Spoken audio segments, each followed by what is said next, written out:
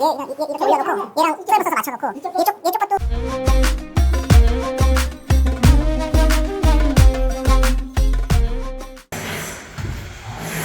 네, 안녕하세요. 마이크 달고 해야지. 어떻게 불러야 되죠? 지형이라고 불러야 되나요? 아니면은 지브로? 지스터?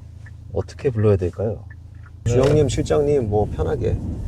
제가 어. 여기 오기 전에 좀 공부 좀 해가지고 왔는데 혹시 인테리어 업체랑 설비 업체랑 다른 점이 뭔가요? 야, PD가 뭐 그런 것까지 공부를 하냐? 하여튼 인테리어랑 설비 회사의 다른 점? 네. 그치, 뭐 좀 헷갈릴 수는 있겠지. 고객층이 세 개로 나눠져. 하나가 인테리어나 리모델링 업체. 그러니까 이제 방금 이야기했던 인테리어 현장에 우리가 투입돼서 공사를 하기도 하지. 그리고 두 번째는 일반 개인 소비자들. 그냥 뭐 누수가 생기거나 방수 공사를 해야 된다거나 뭐 이런 것들. 그리고 세 번째는 우리는 보수 공사를 중심으로 하기 때문에 이 세상에 있는 건물들, 뭐 빌딩, 사옥 이런 데서 건물이 크다 보면 그 건물을 관리하는 데 전적으로 이제 돼 있는 건물 관리 업체들이 있잖아. 그 안에 건물 관리단에서 이제 스스로 해결하지 못하는 그런 공사들을 우리한테 의뢰를 해서 하게 되지. 인테리어는 어떻게 보면 미적 디자인 쪽 부분 쪽이 큰 부분이고, 그치. 설비는 약간 물 쪽에 관련된 기능적인 공사인 것들이 있는 거네요. 정확해. 맞아. 우리는 그래서 인테리어 현장에 가서 이제 이야기를 할 때 인테리어 디자이너들은 이제 본인들이 계획하고 설계한 원하는 이제 그림들, 그런 도면을 통해서 보여주지. 근데 그것을 우리가 이제 구현을 할 때에 이거는 이런 식으로 구현을 했었을 때 배관을 여기에 이렇게 설치를 하고 이렇게 만들면 기능적으로 문제가 있을 수 있다 없다 이런 부분에 대해서 우리가 이야기를 해줘야겠지. 기술적인 부분에서 문제가 없는 것을 전제로 해서 그들이 원하는 디자인이 구현될 수 있도록 해주는 게 우리 역할이라고. 그 인테리어 현장에서는 그게 우리 역할이라고 봐. 그래서 아무래도 최종적으로 원하는 건 이제 미적인 부분, 마감이 깔끔하게 나올 수 있는 부분을 우리가 잘 캐치해서 해줄 수 있느냐 없느냐가 제일 중요한 것 같아. 혹시 이쪽 설비 업체 쪽에 취직을 희망하시는 분들이 많으실 것 같은데, 혹시 뭐 루트라든지 어떻게 이 일을 할 수 있는지에 대해서 좀 설명해 줄 수 있으세요? 왜? 너 취직하고 싶어서? PD 그만두고 설비하려고? 돈만 많이 주면 하죠. 돈이야 하는 만큼 받겠지, 어디 가든.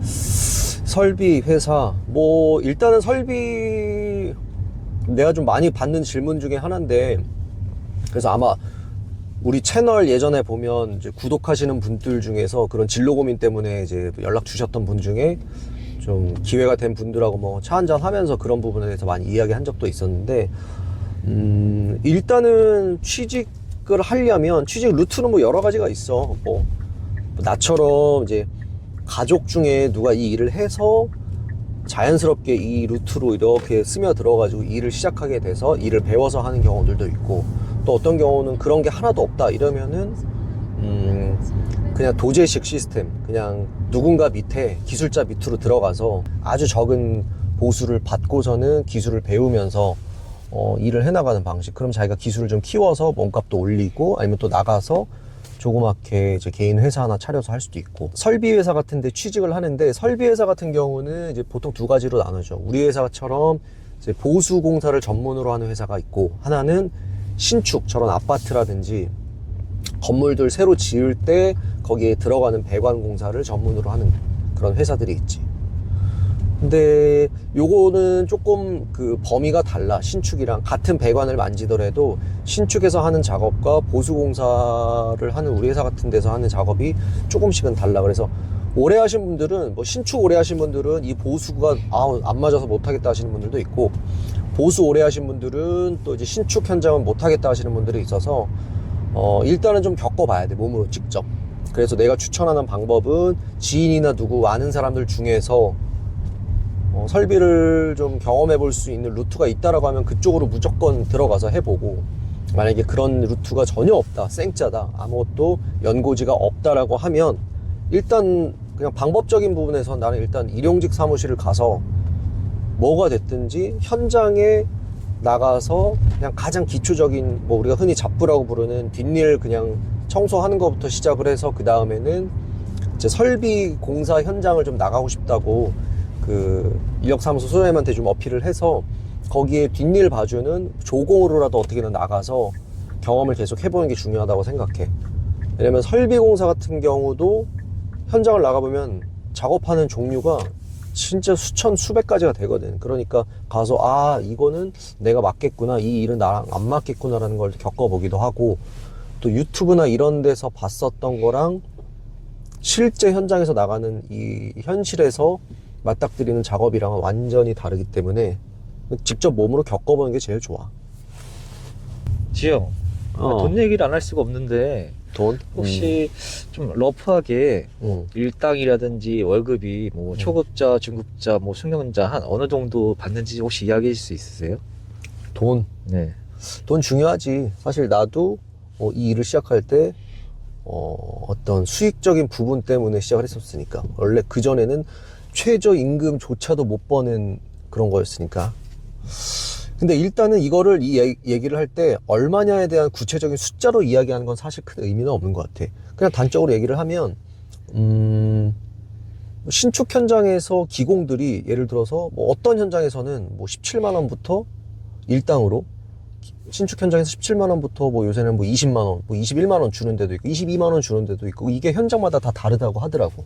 내가 이제 아는 설비 여러 이제 다른 업계에 있는 분들하고 이제 뭐 통화를 해보고 이야기를 하면서 들어도 뭐 어떤 현장에서는, 신축 현장에서는 뭐 18만 원 받기도 하고, 근데 18만 원이 보통 일반 사람들이 받는데 모든 게 수요와 공급의 원리야. 잘하는 사람은 그만큼 희귀하기 때문에 잘하는 사람한테 기본 18만 원에 플러스로 더 챙겨주고 일을 하게 한단 말이야. 그러니까 똑같아. 인력사무소를 나가도 뭐 인력사무소에서 매년 뭐 얼마씩 무조건 올린다고 해도 글쎄 그 금액을 당연히 이제 그 사람이 나가서 일을 했었을 때에 그 금액 뭐 25만 원이 됐던 뭐 나중에 30만 원, 40만 원 뭐 올라서 그렇게 됐던 그 금액이 된다 하더라도 그 금액이 과연 진짜 내 일당이고 내 몸값일까라는 거에 대해서는 좀 의문이 있는 거지. 왜냐면 꾸준하게 내가 예를 들어 뭐 일당을 30만 원을 받아. 그럼 30만 원이 꾸준하게 계속 누군가 나를 찾아도 아, 이 사람은 일당 30만 원어치 최소 그만큼은 일을 잘 한다라는 개념이 그런 인식이 있어야 이 사람을 쓰는 이제 고용주 입장에서도 이 사람을 그 단가로 생각을 하는데, 그게 아닌 사람은 이제 뭐 어쩌다 한번 일을 나갔는데 뭐 30만 원을 받아. 근데 뭐 한 달에 뭐 많이 나가봐야 뭐 한 7일? 뭐 10일 나갔어. 그럼 과연 그게 의미가 있을까, 그 금액이? 라는 생각이 드는 거지. 그래서 이제 돈적인 부분은 아까 내가 초반에 얘기했듯이 실질적으로 뭐 요새는 그런 것 같더라고. 정확하지는 않은데 뭐 17만 원에서 뭐 20만 원 언저리까지 신축 현장에선 가기도 한다고 하고, 보수 이렇게 인력사무소나 아니면 보수 이런 데서는 거기는 조금 신축보다는 많이 주는 것 같기는 해. 몇만 원 정도. 한 뭐 2, 3만 원 정도랄까? 그 정도 차이가 나는 것 같고. 실장님, 아니 뭐 먹는 데까지 찍어? 아니 그게 아니라 정말 궁금한 게 있어서 그런데 뭐가 이렇게 궁금해? 오늘 입고 오신 작업복 있잖아요. 색깔이 엄청 파란데 혹시 약간 정치적인 성향을 좀 어필하려고 입고 오신 거 아니에요? 이상한 소리 하지 말고, 이 파란색이 우리 그 회사들 보면 각자 그 퍼스널 컬러라 그래가지고 있잖아. 삼성도 뭐 파란색이고 또 한화 같은 경우는 약간 주황색이 있고 이런 거 있듯이, 그러니까 그 회사를 좀 대표하는 색깔이 우리 회사는 파란색이라고 생각을 해. 왜냐면 우리는 물을 다루는 일을 하다 보니까 물의 그 파란색 시원한 의미, 그리고 이제 문제가 해결됐었을 때 해결책을 딱 받아들였을 때 고객들의 속 시원함, 그런 느낌의 이미지를 생각을 해서, 그래서 우리 회사 유니폼 파란색, 뭐 항상 파란색을 하진 않지만 우리 회사 같은 경우는 이제 그렇게 하려고 하지. 회사마다 그 퍼스널 컬러라고 있잖아. 뭐 정치적 그런 거는 전혀, 여기서 정치적인 이슈는 절대 언급하지 않는다. 네. 혹시 생 초짜가 처음에 현장 나와가지고 좀 이런 것들을 알고 가면 좋을 것들이 좀 뭐가 있을까요? 뭐 꿀팁 한 3가지 정도만 좀 알려줬으면 좋겠는데. 생짜? 건강한 신체. 건강한 신체가 제일 중요하고, 두 번째는 유튜브나 뭐 인터넷 통해서 워낙 많이 나와 있으니까 기본적인 공구 사용법이랑 뭐 좀 더 욕심이 난다면 뭐 설비 현장 같은 경우에는 배관 부속 이름을 알고 가면 훨씬 낫지. 그러면 어차피 자기가 직접 기술을 하지 않아도 누군가 뭐 이거 가져와 저거 하자 시켰을 때 바로 그걸 가져올 수가 있거든. 근데 아무것도 없는 상태에서 가면 뭐 작업 자체가 안 돼. 그러니까 내가 봤을 때는 뭐 그거 건강한 신체와 공구 사용법이라든지 부속 이름이라도 기본적인 걸 외우고 가면 훨씬 좋아. 실장님, 마지막으로 이 일을 한번 해볼까 말까 좀 고민하는 사람들에게 좀 응원의 메시지 한번 해주세요.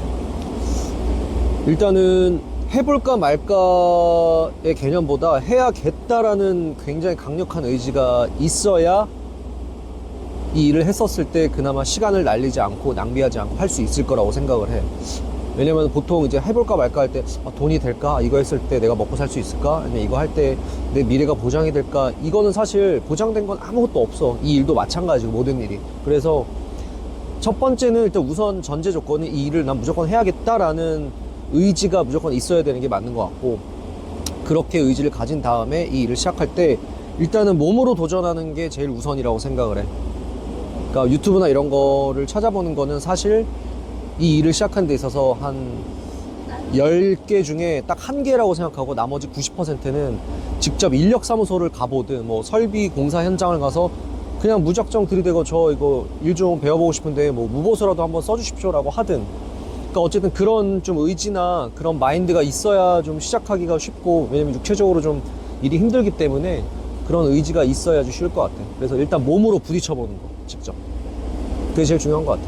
그러니까 너도 몸으로 빨리 인력사무소 가서 일단 등록하고 아니면 현장 여기 나와가지고 시멘트부터 빨리 나르고 시작해. 네, 알겠습니다.